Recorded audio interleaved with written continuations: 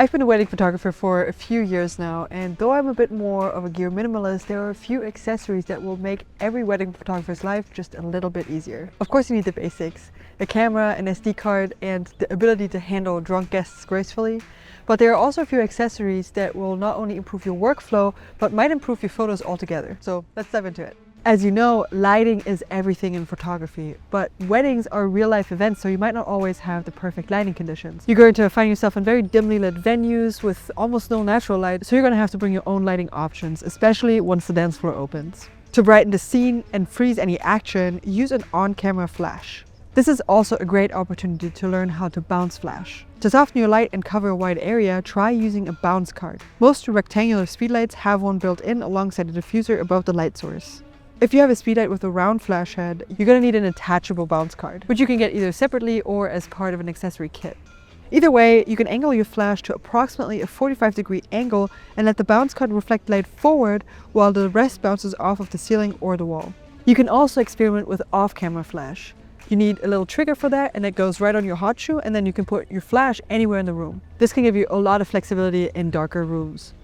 If you have never shot a wedding before, you might be in for a bit of a surprise when it comes to just how heavy your lightweight gear gets after a couple of hours. Weddings might as well be considered an endurance sport. What helps here is a good system to hold your gear so that you can have your hands free and disperse the weight a bit. For example, a dual camera strap or harness. The double breathe camera harness from Black Rabbit is a great example. It's comfortable and most importantly practical. If you're looking for something a bit more stylish, Holdfast offers a fully adjustable harness in canvas and leather. I also really like the Spider holster. It lets you attach cameras to your belt. This might be a good solution if you want to switch cameras quickly with your second shooter, for example, which is something that we do often because we use vintage cameras for a lot of weddings. Oftentimes you have to travel to and from a wedding, and arriving looking professional and put together can make all the difference for that first impression. Having a bag that neatly fits all of your gear is not only practical, but at a certain point it becomes a necessity when you start traveling longer distances. Rolling cases are a great way to get the bulk of your gear from point A to point B. They glide across the floor, take the weight off of your shoulders, and you can easily store them under or behind the DJ table. If you want to keep it really minimalist, or you have a huge venue and just want to carry the essentials throughout the evening, a sling or a crossbody bag might be a good fit for you. And depending on what your outfit of choice is, you may or may not have pockets. So a little crossbody bag might be really good to keep batteries, SD cards, or your roll of fashion tape, which someone always needs tape. So if you don't have any pockets, find a small waist bag or a pouch that you can attach to your belt for quick and easy storage. Weddings can be messy, and you as a photographer, you're often right in the middle of the action, so a rowdy guest or a spilled drink can easily mess up your precision instrument. Putting a UV filter on your lens is a good step to prevent scratches and dents. It's super easy to clean filters, and it's much easier to replace a scratch filter rather than replacing a scratch lens. You can even look into filters specifically designed to enhance your images. Take a look, for example, what a polarizing filter can do to make colors pop in certain lighting conditions, or include some more imaginative photos with creative filters like the Hollywood star filter.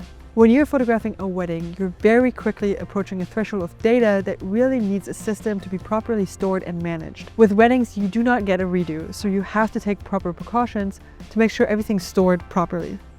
The common idea is that you really need your wedding photos to be stored in 3 separate places. So the quicker you can offload your memory cards onto an SSD, the better. External drives like solid-state drives or SSDs are among the best storage solutions for photographers and content creators.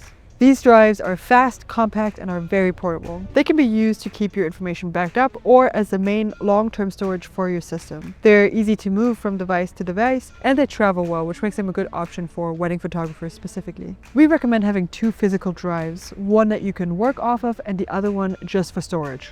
It's also a good idea to have a proper way to store your SD cards, not only when you're out shooting, but also when the cards are hibernating in your editing cave. These are just some of the things that I like to use for weddings, but help out fellow photographers and let us know in the comments below what you'd recommend. And also don't forget to bring your emergency snacks.